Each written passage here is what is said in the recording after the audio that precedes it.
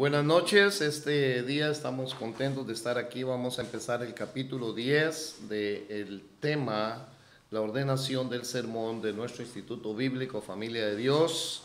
Estamos estudiando homilética bíblica, preparándonos para ser mejores predicadores. Hemos visto las formas de diferentes sermones, el estilo, si es textual, expositivo, etcétera. Pero una vez que tenemos el sermón en bruto, diría yo, no formado ahí, ¿verdad? En pedazos, es importante tener orden para que la audiencia vaya entendiendo la secuencia del sermón. El orden es la base y el secreto del sermón, como indicamos anteriormente. El arreglo del esqueleto será la base de dicho orden. Si usted tiene un buen bosquejo, si tiene un buen esqueleto, entonces eso le va a ayudar muchísimo para que tenga pueda fluir el mensaje y que sea entendido la mejor manera posible. No podemos clasificar un montón de cartas si no tenemos a mano un archivador. Hay que ponerlas en el orden correcto.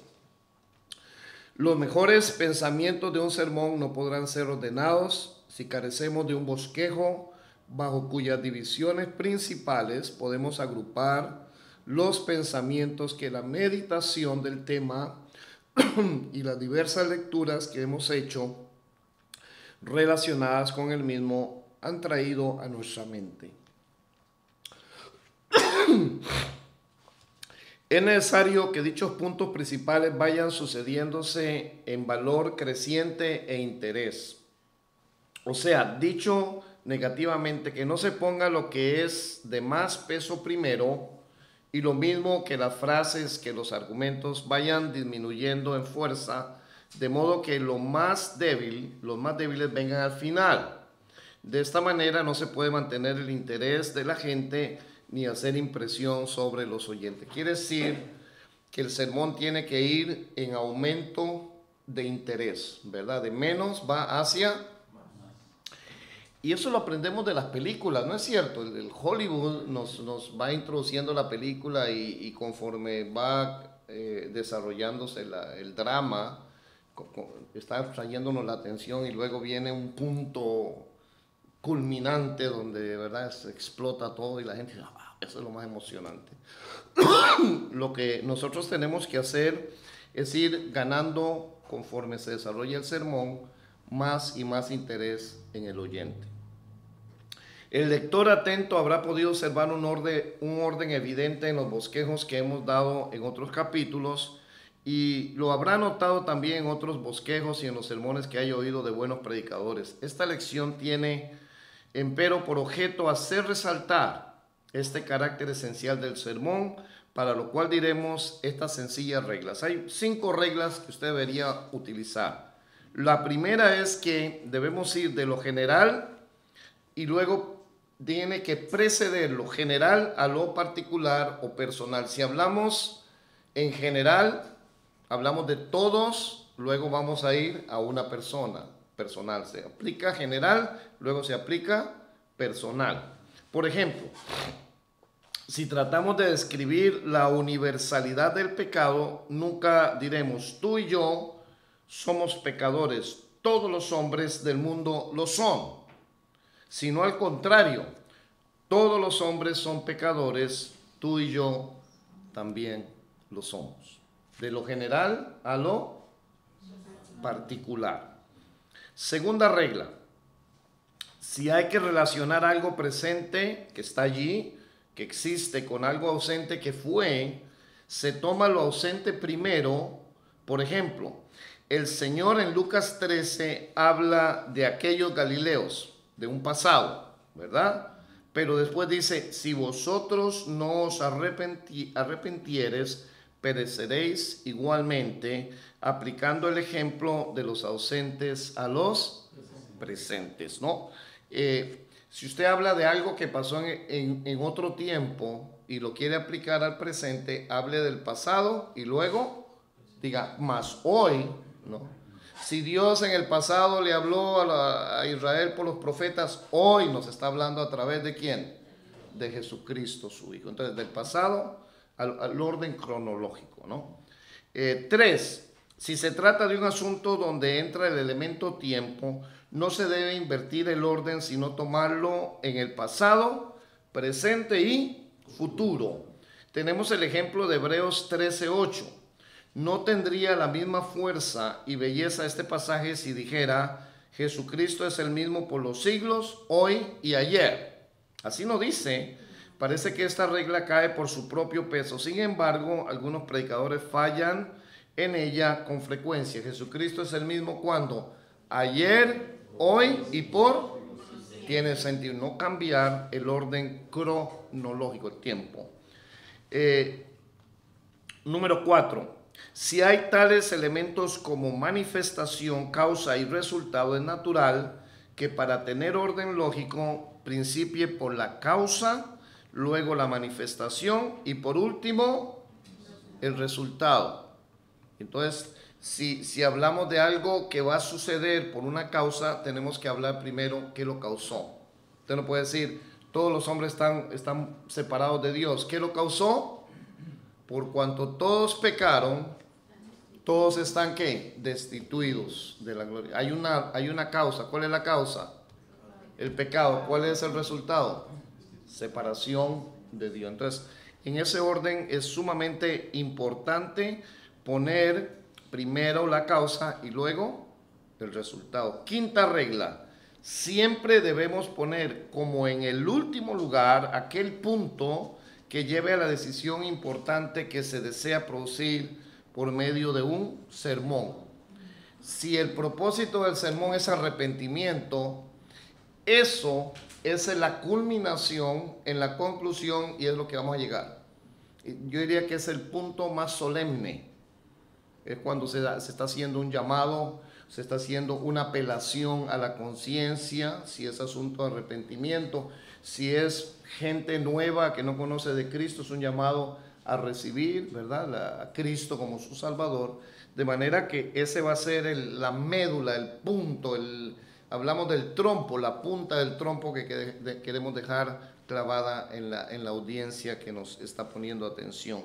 Estas reglas generales para divisiones principales se aplican igualmente a las subdivisiones y algunas de ellas aún a las mismas frases del sermón. Por ejemplo, si tomamos como tema el Salmo 51:7, vamos a abrirlo rápidamente. Salmos capítulo 51 y el versículo número 17. Salmos 51, 17. Esta es la oración de arrepentimiento de David. No sé si se acuerdan.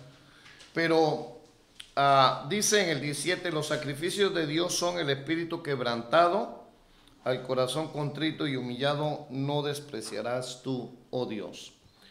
Y el tema de este sermón, tomando este texto, sería un corazón quebrantado. Poniendo las subdivisiones de esta forma. Primera división mayor: ¿cómo se produce el quebrantamiento de corazón? Segunda división: ¿por qué se recomienda un corazón quebrantado? Y la tercera división: ¿en qué consiste un corazón quebrantado? Se observa en esta división una falta de orden que impide asimilar y retener la verdad. Pero si lo colocamos los puntos de esta forma, sería correctamente: número 1, ¿en qué consiste un corazón quebrantado? ¿Cierto? ¿En qué consiste? Bueno, en un arrepentimiento genuino, en una palabra que viene de Dios y conmueve el corazón. ¿Por qué es indispensable y se recomienda un corazón quebrantado? Porque sin él nadie halla la gracia de Dios. Y tercero, ¿cómo se produce el quebrantamiento de corazón? A través de un genuino arrepentimiento. Notemos que este segundo bosquejo nos permite explicar el asunto de un modo lógico y continuo. Tiene secuencia, pasando de un punto a otro y terminando con aplicaciones prácticas. Sería una insensatez tratar de explicar cómo se produce o se realiza una cosa sin antes saber lo que tal cosa es. Por eso el orden conveniente es el segundo. Si nosotros hablamos de arrepentimiento, ¿verdad? Y le decimos, hay que tener arrepentimiento, pues primero hay que saber qué es eso, ¿verdad? Si yo le digo, arrepiéntese, pero ¿qué es eso? Entonces tenemos que ir en el orden de explicar primero qué es y luego hay que ejecutarlo en nuestra vida y cómo viene a nuestras vidas. El orden del bosquejo debe abarcar no solamente los puntos principales, sino extenderse del modo más escrupuloso y perfecto posible en las subdivisiones, pues traería la confusión igualmente a las mentes de los oyentes si se faltara a esta regla de explicar los detalles más ínfimos del sermón. Nunca dé por sentado que toda su audiencia entiende todo lo que usted dice. Ya, ustedes saben qué es esto y lo otro. Sea específico, explíquelo. Habrá gente que no entiende, ¿verdad? Y pierde el hilo de la predicación. La introducción, vamos a hablar de la introducción. Se ha dicho que las dos partes más importantes del sermón son la introducción y la conclusión. El cuerpo en medio es muy importante, pero y yo les dije esto, no escriba la introducción de un sermón hasta que usted tenga el bosquejo. Una vez que usted tiene ya el bosquejo, vuelva al principio y tomando ya todo el desarrollo de su bosquejo, escriba la introducción para que la introducción aplica o abre una luz hacia lo que usted va a predicar. Y la conclusión es la parte en la cual usted necesita dedicarle mucho tiempo, porque es tomar todas estas ideas, todos estos principios, todas estas explicaciones durante el sermón y pegarlas en la cabeza del oyente. Ese es el punto más importante, culminante. Muchas veces, y lo vamos a ver en el siguiente capítulo, esa conclusión debe nacer no solo de algo escrito, pero algo que Dios le ha conmovido a su corazón. Es la exhortación, es el llamado, son las palabras inspiradas por el Espíritu Santo para que la audiencia sea movida. Es lo que no es solamente leer. Bueno, voy a leerle la conclusión. Esta es la conclusión y oramos y nos vamos. Sino que casi la conclusión debe salir del corazón del predicador. Yo diría que un porcentaje. Y si no, si fue inspirado a escribirla, casi memorizarla.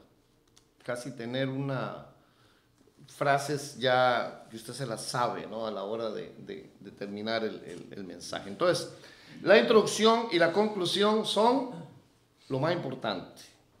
En la introducción obtenemos la atención de los oyentes, es un llamado, ¿no? Oiga, en la conclusión llevamos al auditorio al punto decisivo que es el objetivo de todo sermón.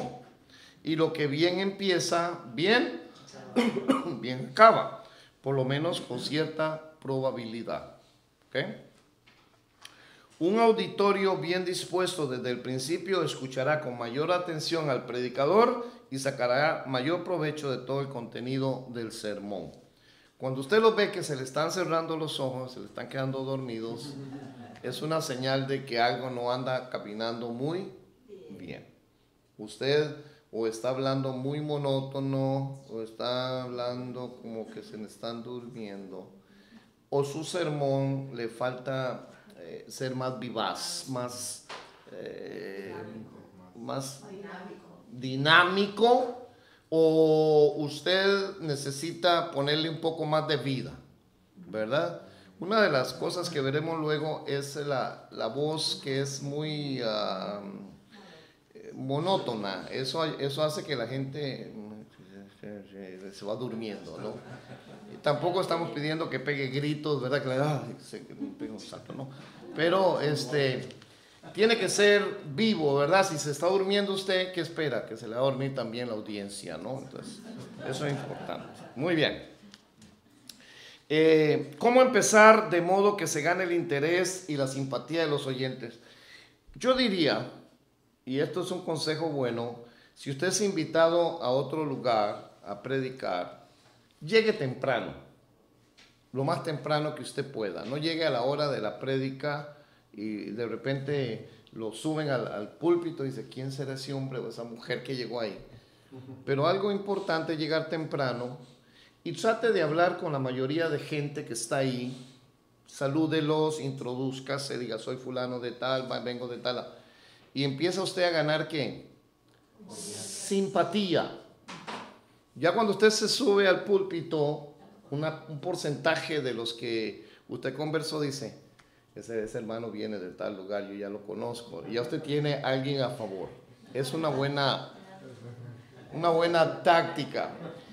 Cuando usted llega a un lugar invitado y usted se hace el incógnito, hoy se siente en una esquina ahí, ¿verdad? Y cuando lo llaman a levantarse a tomar el púlpito, la gente va a resentir, decir, ¿quién será ese? ¿No? Es un buen consejo, haga cuando le inviten por ahí. Bueno, vamos a ver si el humorismo tiene ventajas, pero también tiene peligro, ser muy humorístico. Muchos predicadores modernos, sobre todo en Norteamérica, han tomado la costumbre de contar un chiste que despierte la diversión, hacer que la gente se ría un poco. Dice, bueno, ya, es para, ¿cómo dicen? Para quitar quitar el hielo, ¿verdad? Yo no sé. Como sería difícil hallar chistes que se ajustaran al tema del sermón, la mayor parte de las veces tales introducciones no son sino una especie de bufonada con la cual el predicador trata de hacerse simpático a los oyentes, procediendo luego a la parte seria y espiritual. El chiste, si tiene relación algo con lo que usted va a predicar, puede caber. Pero si es un chiste solo porque le gusta a usted contar chistes, como que no cabe. Puede más bien tener una reacción un poco negativa. La gente dice, nosotros queríamos un predicador, no un charlatán, que venga, vaya a contar chistes, yo voy a otro lugar. Hay iglesias que se acostumbran, este señor de allá de Texas, ¿cómo se llama? Austin. Él siempre cuenta un chiste para empezar. No sé si el chiste es bueno o malo, yo no lo veo, pero a él le gusta hacer eso y es una costumbre, ¿no? También la gente ya de su iglesia. También Greg Laurie le gusta contar un chiste, bueno o malo, depende, ¿no?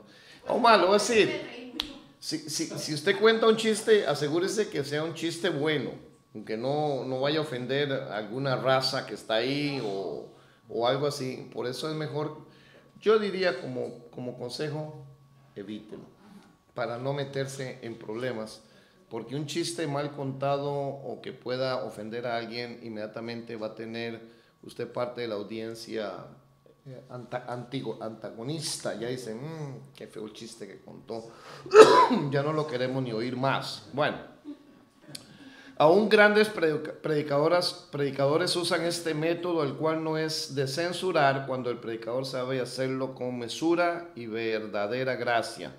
Lo malo son las burdas imitaciones de semejante proceder. Hay predicadores que poseen un carácter tan simpático que no les cae mal este modo de despertar la atención a sus oyentes.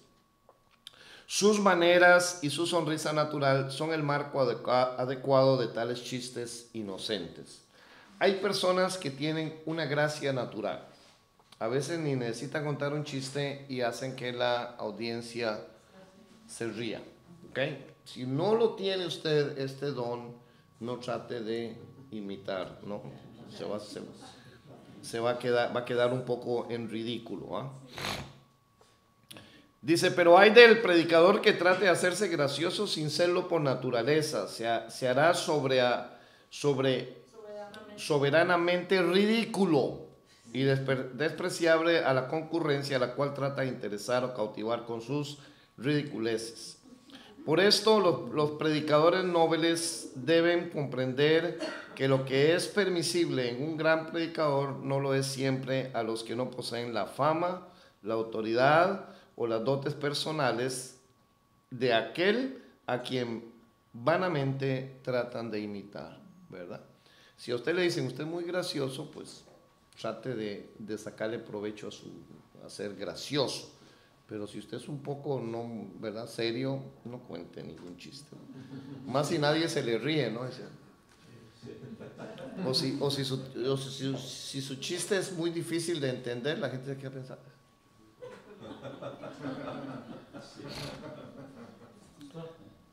¿Qué son noveles?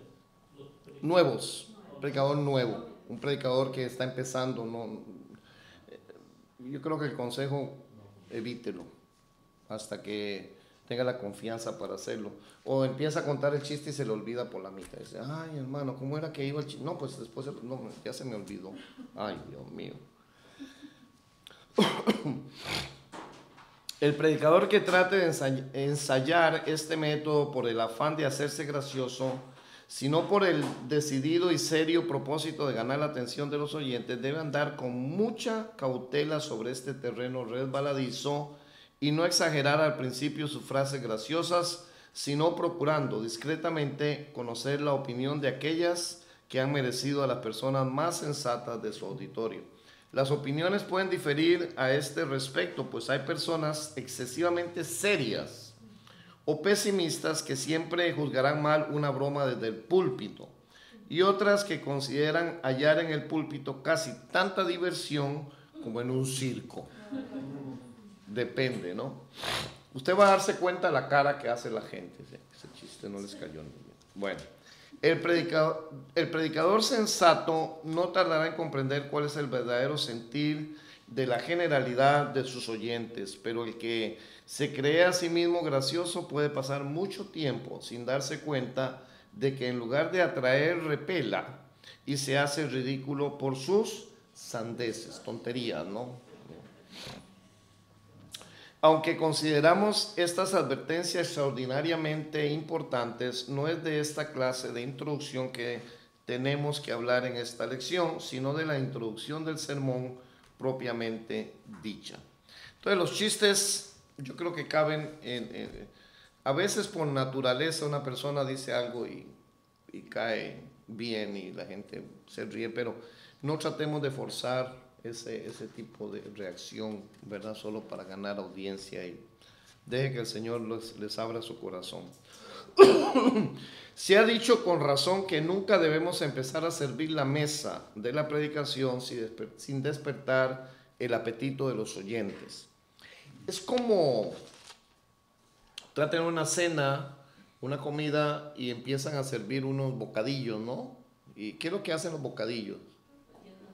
Le da más hambre a uno, ¿no?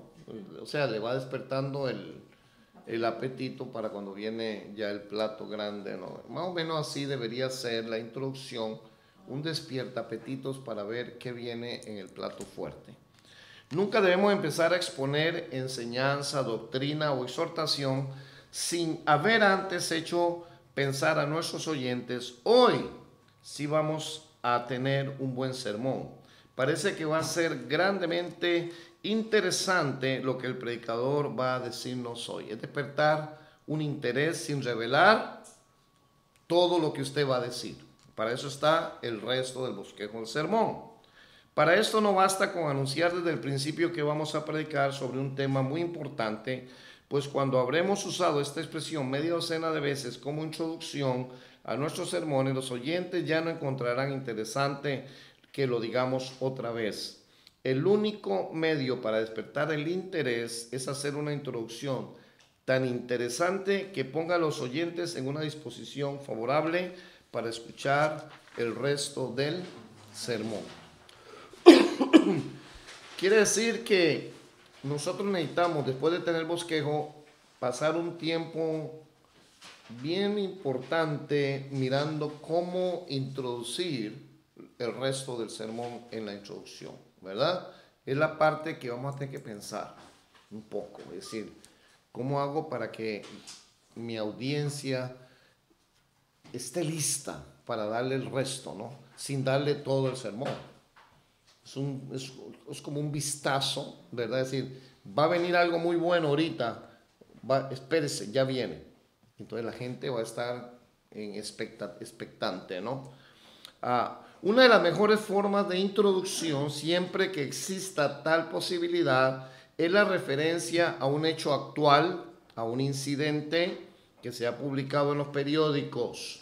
Sin embargo, esta clase de introducción ofrece dos peligros. El primero es que la introducción tenga poca o ninguna relación con el tema y aparezca forzada y fuera de lugar. Si no tiene relación con lo que usted va a predicar, no le va a servir una situación que esté pasando en ese momento. Y lo segundo es que el predicador, sobre todo si es más intelectual que un verdadero servidor de Dios, predique no la palabra, sino sus propios comentarios a los sucesos del día. Se agarra con la noticia y se olvida del sermón y empieza a hablar de política o de hechos bélicos que están sucediendo en el Medio Oriente o situaciones de gobierno y se olvida de qué, del sermón. Si lo usamos, el hecho actual es solamente una introducción para que cojamos de nuevo el hilo del sermón. ¿Okay? Tal introducción debe ser siempre solamente una excusa para entrar en materia, un medio para llamar la atención de los oyentes, pero no el verdadero tema del sermón, el cual ha de ser siempre Jesucristo, su obra y sus enseñanzas. No tenemos otro tema los predicadores cristianos. De otro modo, el predicador tendrá honradamente que dimitir de su cargo de predicador cristiano y hacerse conferencista de club. Algunos predicadores harían un gran servicio a la obra de Dios si tomaran tal decisión. Hay muchos hombres que predican o aparecen en la televisión enseñando, etcétera, que son más motivadores que predicadores de la palabra. Tienen mucha palabra y saben mucha psicología y saben cómo mover las mentes de las personas, de sus oyentes. Y al rato de usted escucharlo, usted se da cuenta que poco hablan de la palabra y mucho menos de Jesucristo. Entonces, sí son motivadores, pero no son predicadores. Por lo menos no son predicadores bíblicos, ¿verdad? Son motivadores sociales o de otro índole y a la gente le gusta que lo motiven, ¿verdad? Que yo le diga que guapo, que bonito, que inteligente, todo le va a salir bien. Usted es un triunfador, usted va a tener éxito, usted es un hijo de Dios y todo lo que usted pida le va a venir y usted dice, sígale echando porque suena lindo. Somos hijos de un rey, va a haber prosperidad y abundancia y todo lo puedes hacer. Tú eres un exitoso, victorioso y todo lo demás. Y a la gente le gusta oír tal tipo de elogios. Sea o no la verdad, les va a gustar a la gente. No le gusta a la gente muchas veces es que le digan la verdad que no es así. Entonces dice, no me gustó el predicador ese, vino y nos echó muchas cosas encima, ¿no? ¿Qué prefiere uno? ¿Que le digan todas esas cosas bonitas o que le digan la verdad? Pues la verdad nos hará libres, ¿no? Y quiero oír lo que Dios dice, no lo que usted opina de mí. Muy bien, otro método de introducción es explicar el origen del propio sermón. Esta es una introducción extraordinaria de la que no se debe abusar. Bueno, usted puede decir, este sermón, esta palabra vino a mí porque Dios estaba yo en tal lugar y el Señor empezó a hablar a mi corazón. Entonces usted puede hablar de dónde se origina esa palabra, cómo vino a su corazón y por qué la está compartiendo. El público tolerará que el predicador le cuente sus experiencias íntimas de vez en cuando, sobre todo si nota en él mismo un sentimiento de sinceridad, pero se hace ridículo y vanidoso el que está contando con frecuencia cómo Dios le inspiró el sermón. Es molesto oír a alguien que habla del yo siempre en el púlpito. Es que yo y el Señor conmigo, el Señor y yo y el Señor somos fuertes, estamos bien, ¿no? Yo creo que hay que borrarnos un poco de la personalidad del predicador para que se exponga Cristo y su palabra, ¿no? Casi como borrados, casi borrados, ¿no? Entonces, que nosotros pasemos casi desapercibidos en el púlpito, porque lo que nos interesa que llegue a la mente, al corazón del oyente, es la palabra de Dios, ¿verdad? Y no tanto la personalidad del predicador. Ah, el auditorio se apercibirá muy pronto de si el predicador está haciendo una sincera confesión o está jactanciosamente presentándose como una especie de profeta o del ungido, ¿no? Yo soy el ungido, Dios me habló y Dios me dijo, y entonces nos exaltamos más nosotros que el Señor. Tercero, puede empezarse algunas veces la introducción con una exaltación de la verdad o la doctrina que nos proponemos exponer. Como todas las demás clases de introducciones, esta es buena cuando no se abusa de ella o que se alterna con muchas otras.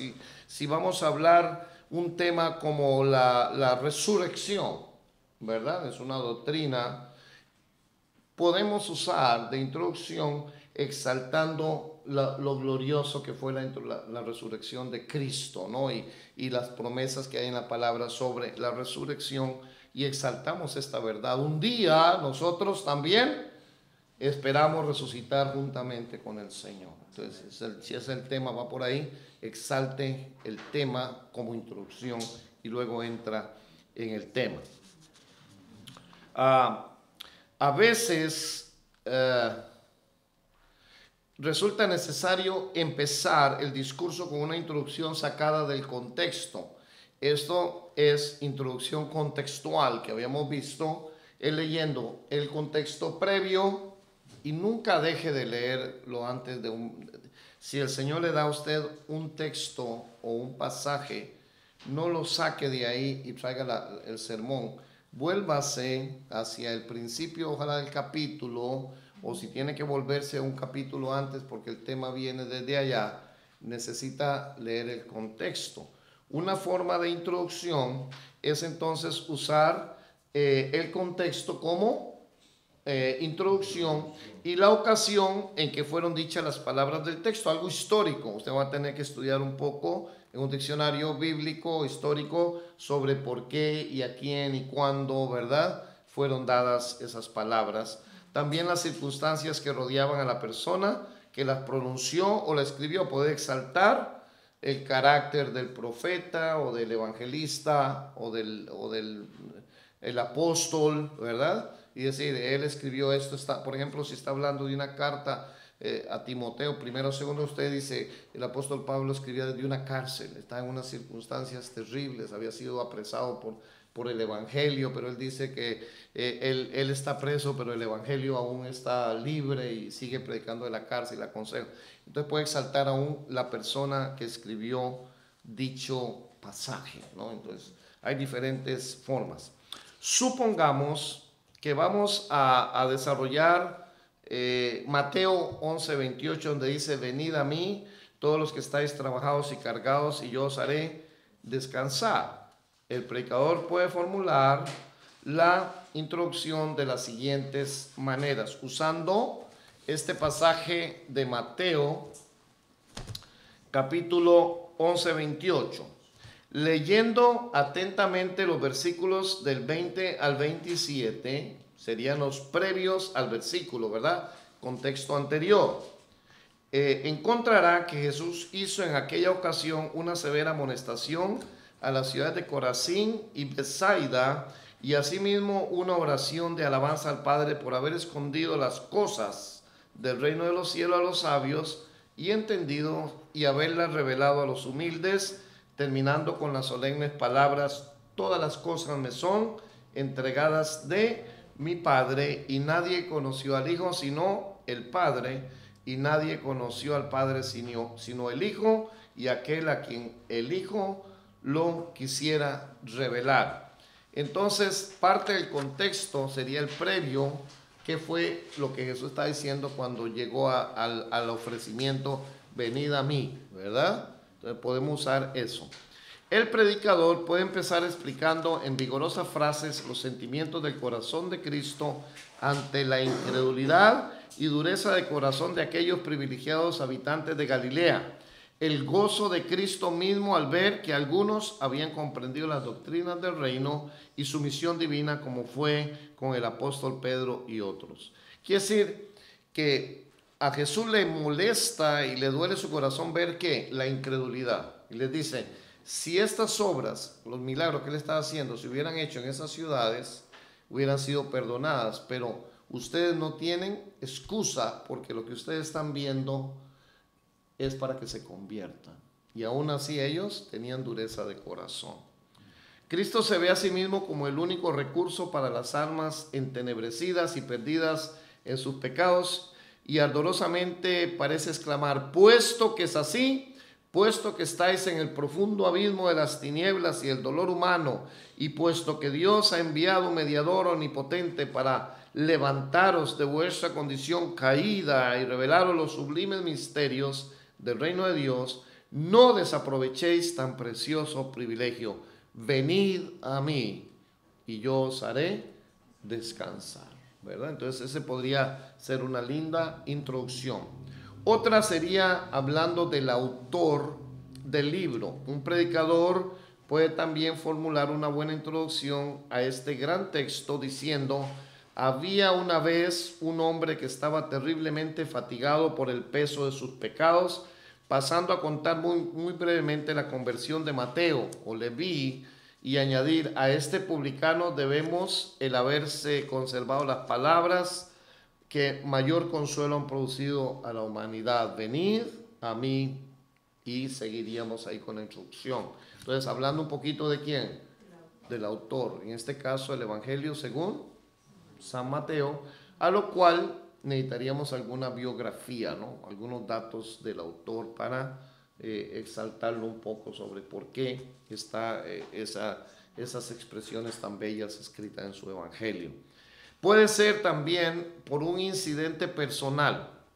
El predicador podría despertar interés para la enseñanza de este precioso texto si pudiera contar, por ejemplo, de un modo gráfico y vivo, de un hombre o mujer que vienen muy cargados, supongamos con una gran carga de leña, y lo feliz que fue tal persona cuando pudo poner su carga sobre otro, quizás al marido o a un hijo que salió a su auxilio, ¿verdad? Entonces podemos dar una historia sobre lo que es alivianar la carga, ¿no? La carga pesada.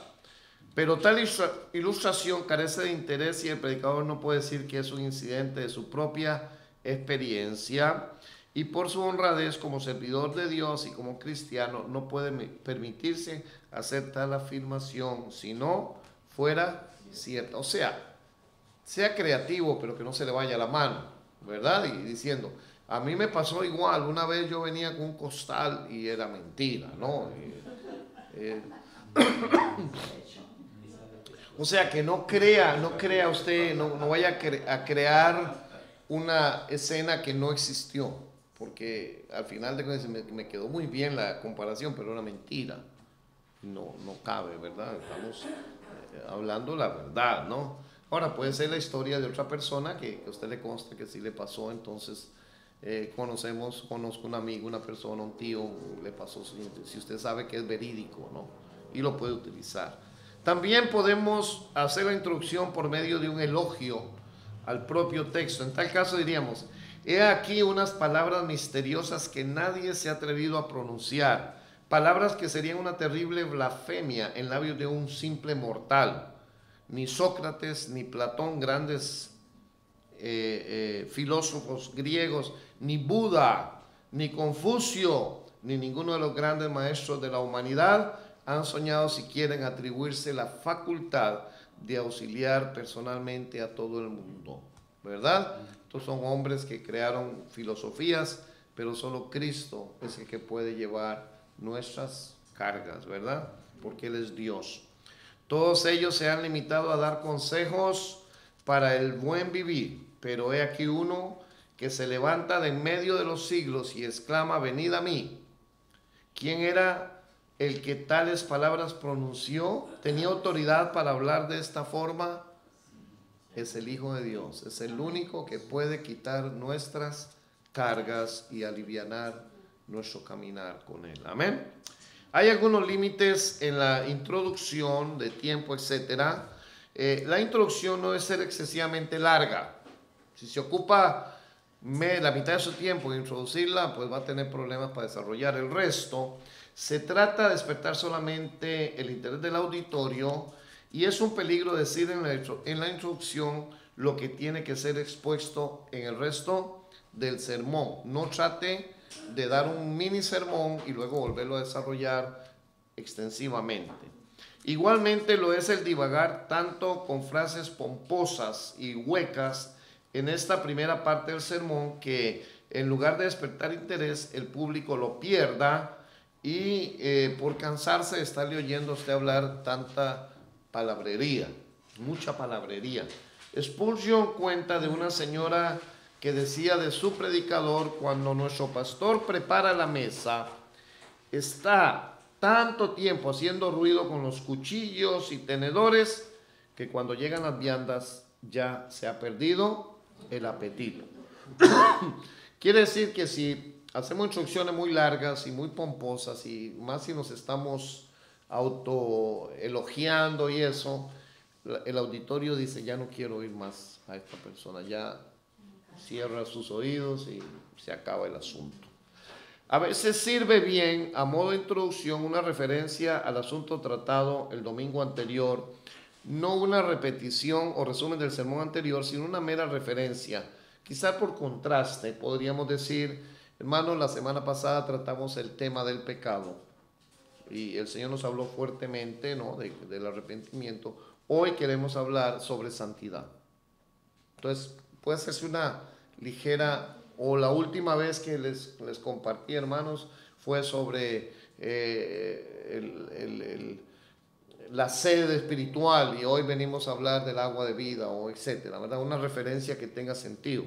A veces sirve bien a modo de introducción, pero no exagerarlo. Por ejemplo, el domingo pasado hablamos de la fe, hoy tenemos otro asunto no menos importante, el de las obras, ¿cierto? Tiene relación. El domingo pasado se habló del juicio, hoy de lo que sigue al juicio, o sea, el reino eterno de los redimidos. Entonces, si hay referencia o tiene relación, podemos echar mano de él. Pero esta introducción no es de las más interesantes y sería ingenuo hacerla si no existe una verdadera relación de continuación o de contraste con el tema del domingo anterior. Entre las ilustraciones de carácter personal está la de referir a algo de interés que el predicador ha visto y que sus oyentes desconocen, como un monumento, una obra de arte, una costumbre indígena, algo que usted se ha enterado, sea por viajes o sea por información. Ahora, un consejo a todo predicador debe ser una persona que se ilustre. Uno debe ilustrarse, no solo de la Biblia, pero debe ilustrarse y tratar de tener un conocimiento general, lo máximo posible. Si es de historia, si es de eventos actuales, si es conocimiento de lugares, ¿verdad?, geográficos. Es importante ilustrarse lo máximo posible. Estas son herramientas que le van a servir. Digamos, en vez de ver la novela, ¿verdad?, de El Señor del Aire o alguna de esas, ponga un canal que tenga historia, o un canal público, la PBS, la Public Broadcasting. A veces dan de lugares que uno deseara algún día ir a visitar y dan historia de ese lugar. El History Channel y algunos otros que hay en español también. Y ilústrese un poco. Diga: yo no sabía que en Italia había una torre que se llama la Torre Pisa, que se está doblando, ¿no? Y así muchos cristianos andan como la Torre Pisa o algo así. ¿Les sirve? Le sirve de materia, ¿no? Digo, yo no sé si algunos andan como la torre, pero se me ocurrió ahorita porque hay lugares así. La han tratado de enderezar y ¿qué va? Se vuelve a doblar. Es que el terreno está malo. Entonces, puede usar este tipo de cosas, ¿no? Vaya a un museo y encuentra una obra de arte y ve cuánto trabajó el pintor y algo así, ¿no? Yo creo que, tenemos que aprovechar un poco mejor el tiempo que perderlo en no conocer, no tener conocimiento, sabiduría y conocimiento. Muy bien. Pero ello nos sirve muy bien para cautivar la atención. El doctor Torres dice que ha usado como introducción de un sermón que ha predicado un sinfín de veces y con el cual ha ganado millares de almas, la descripción de un cuadro que vio en una galería de pinturas de Europa, de modo que acostumbraba a decir que su viaje a Europa había quedado bien pagado por el interés despertado por ese medio. Bueno, nosotros no hemos ido a Europa, ¿verdad? Pero podemos ir a otros lugares donde encontramos cosas interesantes sin salir muy lejos y no nos cueste tanto dinero. Al público siempre le gusta aprender y por esto el predicador que viaja o lee mucho se hará cada vez más interesante si es un buen observador y sabe almacenar en su mente aquellos incidentes que pueden servirle como introducción o como ilustración a sus sermones. Y si no, apunte a algo que vio, dice, qué interesante eso. Y de repente le echa mano y lo usa. Para el uso de tal clase de material, el predicador debe, empero, hacerse cargo de sus oyentes que no han estado con él, y la narración debe ser clara y detallada, pero omitiendo cuidadosamente aquellos detalles que no tienen referencia al tema o objeto que propone. Cierto predicador empezaba con frecuencia sus sermones sobre diversos temas, refiriéndose al monumento a Colón, a Cristóbal Colón, en Valladolid, donde aparece el león de Castilla arrancando del escudo español la palabra non, que quiere decir no, y dejando el plus ultra, no más allá. El predicador refería en tonos muy patéticos el sentir de los antiguos que creían que el estrecho de Gibraltar era el fin del mundo, y así escribieron en el escudo de Castilla la frase non plus ultra, no más allá. ¿Qué era lo que creían ellos? Que el mundo era plano. Y llegando al final de Gibraltar, donde está el estrecho de Gibraltar, había una caída y entonces decían no más allá, que no podían pasar. En este escudo aparece un león arrancando la palabra no, que quiere decir que sí había algo más allá y Colón lo vino a descubrir. Por eso usaba este escudo, esta obra, para introducir algunos sermones. Y entonces dice que este escudo, ¿verdad? No más allá, hasta que por la ayuda de la reina de Castilla, Colón descubrió que sí existía un más allá, el nuevo mundo, la América, ¿no? Las Américas. Esta ilustración puede ser usada provechosamente como introducción a causa del interés que despierta, pero es necesario recordar que su carácter es naturalmente introductor y por consiguiente, una vez presentada la ilustración, no se puede acompañar de consideraciones concluyentes tales como, del mismo modo, Cristo, que es el llamado el León de Judá, nos ha hecho evidente la existencia de un mundo más allá y nos ofrece una gloriosa esperanza de la vida eterna, pues tales frases son más adecuadas para el final que para el principio del sermón. Por eso, si queremos usar una ilustración como esta para introducir el sermón, no podemos agotar desde el principio las consideraciones naturales a que se presta, sino decir, los hombres piensan que no existe más allá, nada más allá de la muerte. Y mucha gente piensa que una vez se acaba la vida, se acaba todo. Como los antiguos han puesto sobre el escudo de sus vidas la marca de un non plus ultra, pero puede conformarse el corazón con tan triste esperanza. ¿Será verdad que no existe nada más allá de la tumba? Si el predicador trae sus afirmaciones conclusivas al principio del sermón, la gente considerará ocioso seguir oyendo el curso del mismo. Pero si formula preguntas de capital interés poniéndose en el terreno del escéptico que no cree, se despertará el interés para saber cómo va a responder el predicador a tales preguntas y cautivará la atención hasta el final. Entonces, en mejores condiciones de mente y espíritu de parte de los oyentes, podrá dejar caer la conclusión: ciertamente, Cristo ha venido a darnos una gloriosa esperanza y la tenemos asegurada por tales y tales pruebas, las que habrán sido expuestas antes en el curso del sermón. Entonces, no revelemos todo, pero sí podemos hacer cuestionamientos.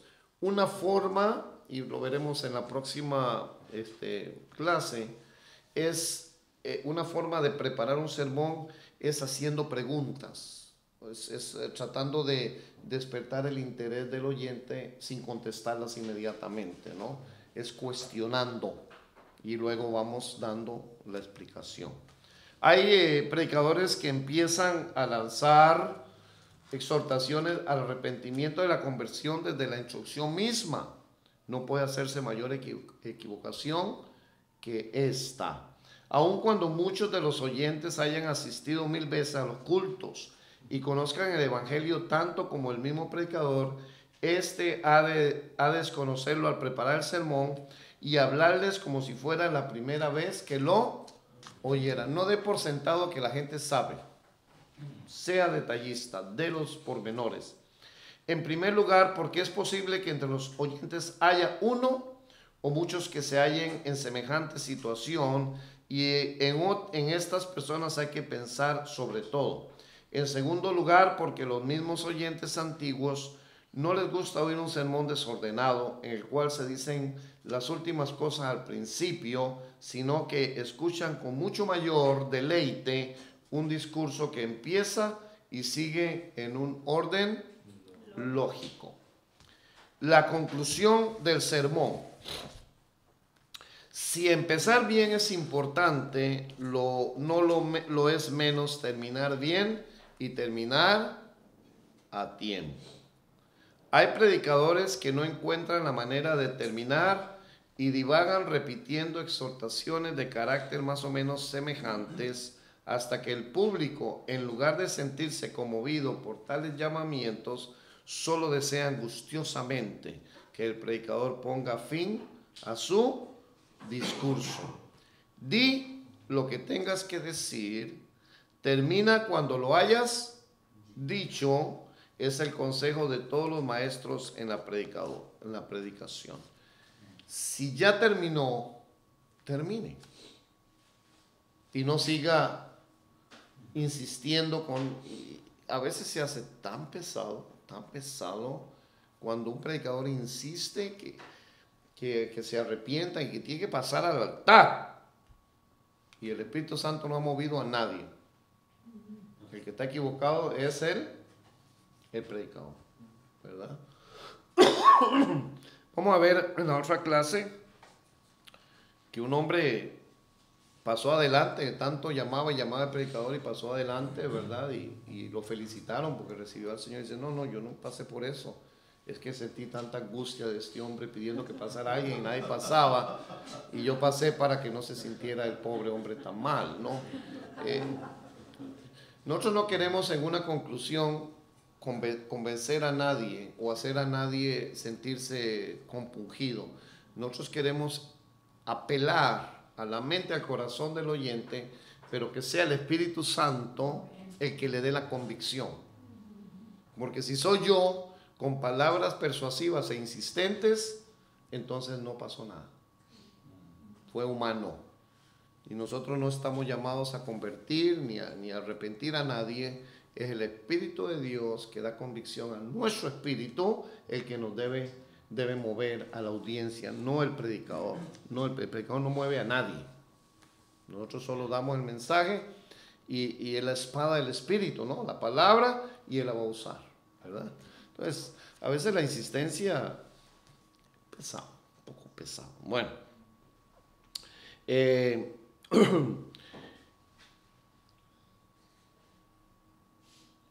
muy bien, la conclusión del sermón. Hay entonces estos predicadores que parece que están en la avioneta, ¿no? Y tratan de ver cómo aterrizan y no encuentran la pista, ¿no? Y vuelven a elevarse, ¿no? Y nunca aterrizan y no termina, no hay conclusión porque no se prepararon bien o no meditaron bien. Método recapitulativo. Recapitular es volver a repetir los capítulos que usted había hecho en el sermón, el bosquejo, las divisiones. Una de las mejores formas y más comunes es haciendo una recapitulación de los puntos principales del sermón. Esto no significa volver a explicar dichos puntos, sino simplemente mencionarlos para dar lugar con énfasis a un pensamiento final que será el llamamiento a la exhortación, un llamado, ¿verdad? Una exhortación. Esta clase de recapitulaciones suelen iniciarse con un puesto que o ya que, y entramos a recapitular. Ya que el Señor nos ha hablado esta mañana sobre punto 1, 2, 3, 4, entonces ahora Dios quiere que tú tomes una decisión y hagas igual, o que entiendas y pongas en práctica lo que la palabra nos ha hablado a través del sermón. Supongamos que el sermón ha sido sobre los privilegios del rebaño de Cristo. Una mención de tales privilegios seguida de una exhortación de poner la fe en Cristo para poder lograr, poder gozar de los mismos será una buena conclusión. Lo propio diremos sobre el bosquejo del Salmo 23, del que le sigue, que lleva por título Lo que ganamos por la fe en Cristo. En cambio, el bosquejo, el poder de la oración, basado en Hechos 4 y 5, no permite una conclusión basada en los puntos principales que son calidad, la oración apostólica y resultados de la misma. Habrá que buscar otra fórmula de recapitulación basada en los subtítulos y no en los puntos principales. No todos los bosquejos sirven para recapitular. Máxime, si no se concuerdan, el punto 1, 2 y 3 son un poco, no van en secuencia por alguna razón, entonces no use ese tipo, ¿verdad? Es una opción y es muy práctica, pero podemos tener una conclusión completamente desligada de recapitular, ¿verdad? No es la regla. Sirve, pero no todo el tiempo. Habrá pasajes que sí se prestan para recapitular, otros tal vez no. Por ejemplo, si nuestras oraciones son definidas, tienen un motivo especial, si son unánimes con nuestros hermanos y hechas con fe, apoyándonos sobre las promesas de la Sagrada Escritura, recibiremos sin duda los mismos privilegios y recompensas que obtuvieron aquellos discípulos, gozo y valor, y por encima de todo el don del Espíritu Santo. La forma recapitulativa no es indispensable en todos los sermones. Podemos terminar también el comentario de Filipenses 4 diciendo: en vista de los grandes privilegios del creyente y ante la realidad de las cosas que Dios nos ha prometido, ¿quién no querrá ser como el apóstol San Pablo? ¿Por qué hemos de serlo? ¿Qué nos hará desistir de tal propósito? ¿Será el temor a la pobreza o al menosprecio lo que habría sufrido el apóstol en el versículo 12? Pero las riquezas de Cristo superan a cualquier pérdida y la compensan 1000 veces. No dudemos, pues, en entrar y marchar con paso firme por el camino de la fe. Entonces, eso usted la puede hacer una deducción del sermón, lo que sería la conclusión, ¿ok? Creada con palabras propias, ¿verdad? Sin recapitular, es una forma. En el bosquejo del gráfico de recapitulación se ciñe a las subdivisiones del punto 2 porque son de carácter activo, o sea, las que dependen de la voluntad del oyente. Dicha mención puede ser corroborada por una breve alusión a los resultados que se describen en las subdivisiones del punto 3. Es decir, si usted va a recapitular, usted tiene, digamos, 3 divisiones, 1, 2 y 3, ¿cierto? Si usted ve que son consecuentes, va en orden y dice, sí me sirve para llegar a la conclusión, úselas. Si no, trate de usar las subdivisiones. Tal vez en ellas se encuentra una mejor recapitulación. Si no le funciona, deséchelo. Digan, este sermón no me conviene recapitular, me conviene mejor exhortar haciendo una deducción de lo que ya hemos visto, y escríbala su conclusión conforme a como el Señor se lo va poniendo en su corazón. Pero en otros bosquejos la recapitulación puede ser una breve mención de todas las divisiones principales del sermón, siempre que no sean como 20, ¿verdad? Depende. Jamás debe ser una mención de todas las divisiones y subdivisiones, pues resultaría excesivamente largo y perdería por ello toda fuerza y vigor, viniendo a resultar más bien una repetición del sermón, lo cual debe evitarse a toda costa. Ya usted terminó, ya usted concluyó el sermón, no se ponga a predicarlo otra vez. A veces existe esta tendencia porque el reloj tal vez le dice, no, es muy poco lo que has dicho. Entonces vuelve, ¿verdad? Vuelve como otro sermoncito agregado al primero, y lo que está haciendo es repitiendo exactamente lo que había dicho en la primera parte. Diga lo que va a decir, dígalo y termine. Concluya y acabe el sermón. Dios lo va a usar. Si fue poco, si fue mucho, es lo que usted traía. ¿Okay? Vamos a ver la otra semana, cuando entremos en el capítulo 11, esos problemas, tanto el de exceso de material como la escasez de material. Si tiene poco, tendemos a repetir. Si tenemos mucho, también nos aflige el tiempo y empezamos a correr al final. Llevamos un paso y vemos el reloj, ¿verdad? Y decimos, oh, no voy a llegar al final, no me va a alcanzar, ya es la hora, y aquí hay que terminar a las 12, no sé a la hora. Y entonces la parte final, que tal vez era muy importante, quizás la más relevante del sermón, hacemos un sprint, una carrera de 100 metros, y decimos, hermano, ya tengo que terminar porque ya es hora del almuerzo o algo así. Y entonces es como un medio sermón. Hay que tener sabiduría entonces en la preparación, considerando el tiempo, considerando el lugar y la audiencia, y ser moderado, o sea, medir bien cómo usamos el tiempo correctamente. Muy bien, así terminamos esta noche la clase número 10. La otra semana estaremos entrando en la número 11. Que Dios les bendiga.